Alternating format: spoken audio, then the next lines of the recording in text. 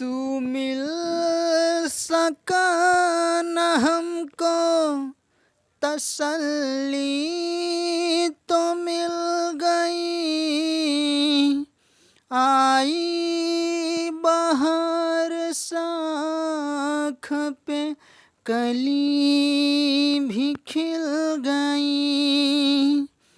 अरमां था हमको जिसका वह गुल खिला नहीं, नसीब में नहीं था जो हमको मिला नहीं।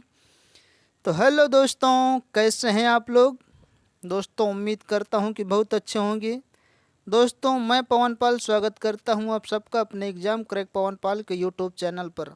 दोस्तों जैसा कि आप लोग जानते हैं जीके जीएस का महासंग्राम हमारे इस चैनल पर चल रहा है और 30 प्रश्नों का डोज हर रोज आप लोगों को दिया जा रहा है और मिसाइल के स्पीड से प्रश्नों का महासंग्राम चलाया जा रहा है आप लोगों के लिए। तो आप लोग तैयार हो जाइए आज फिर 30 प्रश्नों के साथ।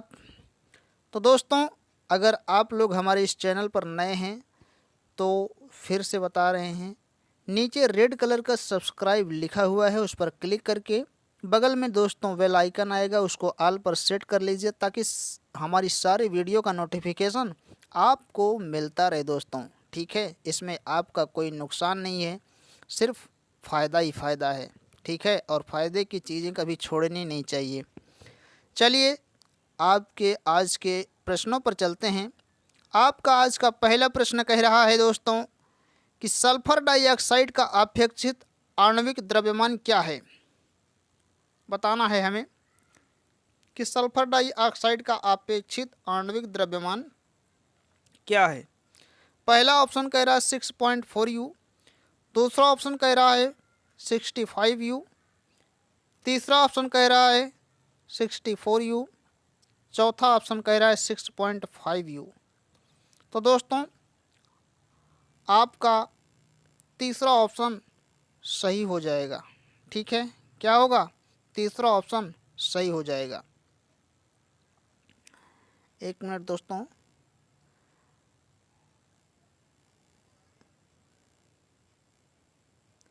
तीसरा ऑप्शन सही हो जाएगा। ठीक है, 64 U।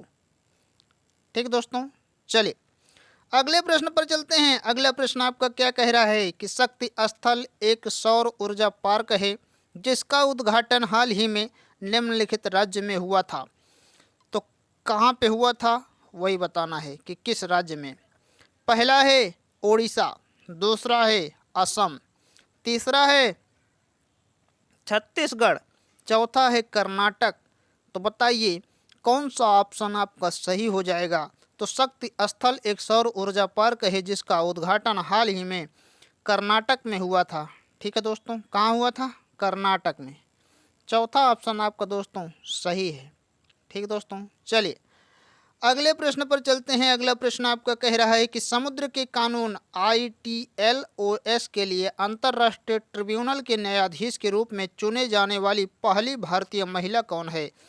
बताइए समुद्र के कानून यानी कि ITLOS के लिए अंतर्राष्ट्रीय ट्रिब्यूनल के न्यायाधीश के रूप में, अंतर्राष्ट्रीय ट्रिब्यूनल मतलब जो हेग में स्थित है अंतर्राष्ट्रीय अदालत, तो उसकी न्यायाधीश एक महिला को चुना गया है, भारतीय महिला को। तो वो कौन है हमें यही बताना है। पहला है ज्ञानी सुधा मिश्रा, दूसरा है रोमा पाल, तीसरा है सुजाता मनोहर, चौथा है डॉक्टर नीरू चड्ढा। तो दोस्तों यही चौथा ऑप्शन आपका सही हो जाएगा, डॉक्टर नीरू चड्ढा को। ठीक है, चलिए अगले प्रश्न पर चलते हैं। अगला प्रश्न आपका कह रहा है कि नागालैंड की राजधानी क्या है। पहला है दिसपुर, दूसरा है कोहिमा, तीसरा है गंगटोक, चौथा है इम्फाल। तो दोस्तों नागालैंड की राजधानी सब जानते हैं कोहिमा है। ठीक है, किसकी, नागालैंड की राजधानी कोहिमा है। चलिए अगले प्रश्नों पर चलते हैं दोस्तों। अगला प्रश्न आपका कह रहा है कि भारत सरकार द्वारा गौरवमयी ध्यानचंद पुरस्कार किस वर्ष स्थापित किया गया था। तो बताइए किस वर्ष स्थापित किया गया था। पहला ऑप्शन कह रहा है 2002, दूसरा कह रहा है 2010, तीसरा कह रहा है 2005 और चौथा कह रहा है सन 2000 में। तो दोस्तों आंख बंद करके जवाब दे दीजिए। भारत सरकार द्वारा गौरवमय ध्यानचंद पुरस्कार की स्थापना सन 2002 में हुई थी। ठीक दोस्तों, पहला ऑप्शन आपका सही हो जाएगा। चलिए अगले प्रश्न पर चलते हैं। अगला प्रश्न आपका कह रहा है कि निम्न में से किसके प्रजनन संबंध भाग फूल में स्थित होते हैं। बता दीजिए। टेरिडोफाइटा, थैलोफाइटा, एंजियोस्पर्म्स और ब्रायोफाइटा। तो कौन सा सही हो जाएगा। आपका तीसरा ऑप्शन सही हो जाएगा दोस्तों, एंजियोस्पर्म्स। ठीक है, कौन सही होगा, एंजियोस्पर्म। ठीक है दोस्तों हम आपको पहले भी बता चुके हैं, आज फिर बता रहे हैं कि आप लोग हमारे आंसर देने के पहले आंसर दिया कीजिए, क्योंकि अगर आप इसका आंसर सही दे रहे हैं तो हमें काफ़ी खुशी है कि आप लोगों की तैयारी ज़बरदस्त तरीके से चल रही है। लेकिन अगर आपका आंसर गलत होगा तो सही आंसर आपके दिमाग में बहुत ही सटीकता से और बहुत ही जल्दी घर कर जाएगा, क्योंकि आपको ये लगेगा, गिल्टी फील होती है गलत आंसर देने के बाद कि हमने इसका आंसर गलत दिया, इसका आंसर ये नहीं ये होगा। ठीक है दोस्तों, तो कोशिश किया कीजिए कि हमारे आंसर देने के पहले आप लोग आंसर दिया कीजिए। चलिए अगले प्रश्न पर चल रहे हैं। अगला प्रश्न आपका कह रहा है कि भारतीय संगीत में उनके योगदान के लिए 2017 में केजे येसुदास को भारत का कौन सा नागरिक पुरस्कार दिया गया था। पहला है पद्म विभूषण, दूसरा है भारत रत्न, तीसरा है पद्मश्री, चौथा है पद्म भूषण। तो दोस्तों उन्हें जो है पद्म विभूषण अवार्ड से सम्मानित किया गया था। ठीक है, पद्म विभूषण पुरस्कार से। चलिए अगला प्रश्न आप लोगों के सामने आपकी स्क्रीन पर कि निम्नलिखित में से कौन सी एक क्षारीय पार्थिव धातु नहीं है। पहला है मैग्नीशियम, दूसरा है बेरियम, तीसरा है सोडियम, चौथा है कैल्शियम। तो बताइए कौन सा ऑप्शन दोस्तों आपका सही हो जाएगा, जल्दी बताइए, बता लिए। चलिए हम बताते हैं। अब आपका तीसरा ऑप्शन दोस्तों सही हो जाएगा, सोडियम। ठीक है, सोडियम जो है ये पार्थिव धातु नहीं है।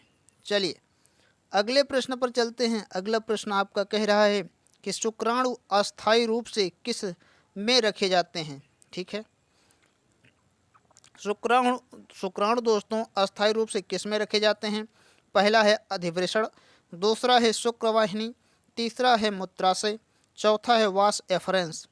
दोस्तों सब जानते हैं शुक्राणु अस्थायी रूप से अधिवृषण में रखे जाते हैं। अधिवृषण में पहला ऑप्शन दोस्तों आपका सही हो जाएगा। ठीक है, चलिए अगले प्रश्न पर चलते हैं। अगला प्रश्न आपका कह रहा है कि अशोक के शासनकाल की सबसे महत्वपूर्ण घटना कलिंग आधुनिक युग में किस राज्य पर विजय थी, जो उनके जीवन का एक महत्वपूर्ण परिवर्तन सिद्ध हुआ। ठीक है, अशोक जो है दोस्तों कलिंग विजय किए थे, जिसमें जो है काफ़ी उनको नुकसान हुआ और सामने वाले का भी नुकसान हुआ, जिसमें उनकी काफ़ी सेनाएं मारी गईं। तो ये सब देखकर उनका हृदय परिवर्तित हो गया कि जो है अब हम युद्ध नहीं करेंगे। तो वो किस राज्य पर विजय थी हमें यही बताना है। पहला ऑप्शन है बिहार, दूसरा है ओडिशा, तीसरा है झारखंड, चौथा है असम। तो दोस्तों आपका दूसरा ऑप्शन सही हो जाएगा, ओडिशा। ठीक है, ओडिशा पर, आधुनिक ओडिशा राज्य पर उन्होंने विजय प्राप्त की थी। ठीक, चलिए अगले प्रश्न पर चलते हैं। अगला प्रश्न है सोडा एसिड अग्निशामक यंत्रों में उपयोग किया जाने वाला लवण क्या है। पहला है ऑक्सीक्लोराइड, दूसरा है सोडियम कार्बोनेट, तीसरा है सोडियम हाइड्रोजन कार्बोनेट, चौथा है सोडियम हाइड्रोक्साइड। तो दोस्तों आपका तीसरा ऑप्शन सही हो जाएगा, सोडियम हाइड्रोजन कार्बोनेट। ठीक है, कौन सा ऑप्शन सही होगा, सोडियम हाइड्रोजन कार्बोनेट। चलिए अगले प्रश्न पर चलते हैं। अगला प्रश्न आपका कह रहा है कि जब बर्फ पिघलती है तब क्या होता है। आयतन बढ़ता है, आयतन घटता है, द्रव्यमान बढ़ता है या द्रव्यमान घटता है। तो दोस्तों जब बर्फ पिघलती है तो उसका आयतन दोस्तों घटने लगता है। ठीक है, क्या होता है, आयतन घटने लगता है। ठीक दोस्तों समझ में आया इसका। चलिए अगले प्रश्न पर चलें, कमेंट करके जल्दी बताइए। चलिए चलते हैं। तेल का एक बैरल लगभग किसके बराबर है। बताइए तेल का एक बैरल किसके बराबर है। दोस्तों जब भारत सरकार जो है तेल खरीदती है किसी अन्य कंट्री से, तो 1-2 लीटर नहीं बल्कि बैरल में ख़रीदा जाता है। ठीक है, 1 बैरल, 2 बैरल, 3 बैरल। तो बैरल, 1 बैरल में कितना लीटर आता है हमें ये बताना है। ठीक है दोस्तों, पहला ऑप्शन कह रहा है 131 लीटर, दूसरा कह रहा है 159 लीटर, तीसरा कह रहा है 257 लीटर, चौथा कह रहा है 321 लीटर। तो दोस्तों एक बैरल में लगभग 159 लीटर तेल आता है। ठीक है, कितना? 159 लीटर। आपका दूसरा ऑप्शन दोस्तों सही हो जाएगा। ठीक है, चलिए अगले प्रश्न पर चलते हैं। अगला प्रश्न आपका क्या कह रहा है कि लोहे की एक गेंद जिसका पृथ्वी पर भार 10 किलोग्राम है, उसका अंतरिक्ष में भार होगा। बताइए, पहला है 10 किलोग्राम से कम, दूसरा 10 किलोग्राम से अधिक, तीसरा कह रहा है कि ठीक 10 किलोग्राम, चौथा कह रहा है 0 किलोग्राम। तो दोस्तों लोहे की एक गेंद जिसका पृथ्वी पर भार 10 किलोग्राम है, उसका अंतरिक्ष में भार 0 किलोग्राम होगा। ठीक है, कितना होगा? 0 किलोग्राम। क्यों? क्योंकि अंतरिक्ष में कोई आकर्षण नहीं होता है। ठीक है, वहाँ पर गुरुत्वाकर्षण बल नहीं लगेगा। अगले प्रश्न पर चलते हैं। अगला प्रश्न आपका कह रहा है कि पत्थर को ठोकर मारने से व्यक्ति को चोट लगने का कारण है। ठीक है, पत्थर पर ठोकर मारने से व्यक्ति को चोट लगने का कारण क्या है हमें बताना है। पहला है जड़त्व, दूसरा है वेग, तीसरा है प्रतिक्रिया, चौथा है संवेग। तो दोस्तों पत्थर को ठोकर मारने से व्यक्ति को चोट लगने का कारण प्रतिक्रिया होती है। ठीक है, प्रतिक्रिया। ठीक, न्यूटन ने इसका नियम दिया था क्रिया प्रतिक्रिया का, और उन्होंने बताया था कि हम जो है जिस वस्तु पर जितना बल लगाते हैं वो वस्तु भी हम पर उतना ही बल लगाती है। ठीक है, तो जब व्यक्ति का पैर पत्थर में लगेगा, जितने बल से लगेगा उतना ही बल पत्थर भी हमारे पैर पर फोर्स करेगा। ठीक है, तो तभी चोट लगेगी। तो इसे ही क्रिया और प्रतिक्रिया का नियम कहा जाता है। चलिए अगले प्रश्न पर चलते हैं। अगला प्रश्न आपका कह रहा है कि निम्न कारण एक ही गतिज ऊर्जा के साथ चल रहे हैं। निम्न कण एक ही गतिज ऊर्जा के साथ चल रहे हैं। कारण हो गया कण है, उनमें से सबसे अधिक संवेग किसका है? बताइए, पहला है इलेक्ट्रॉन, दूसरा है प्रोटॉन, तीसरा है ड्यूट्रॉन, चौथा है अल्फा कण।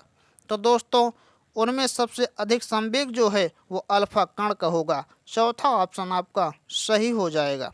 चलिए अगले प्रश्न पर चलते हैं दोस्तों। अगला प्रश्न है कि निम्नलिखित में से कौन सा कथन गलत है? दोस्तों इसका आंसर बताने से पहले आप लोगों से कहना चाहूँगा कि अगर वीडियो आप लोगों को अच्छी लग रही है, समझ में आ रही है, तो कम से कम 5 लोगों को शेयर कीजिए और अपने दोस्तों को शेयर करके उन्हें भी लाइक, शेयर और सब्सक्राइब करवाइए ताकि उन्हें भी इसका फ़ायदा मिल सके।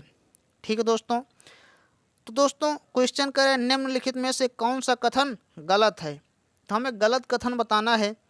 तो पहला है कि 1839 में एडवर्ड साइमन ने पॉलीस्टीन की खोज की थी।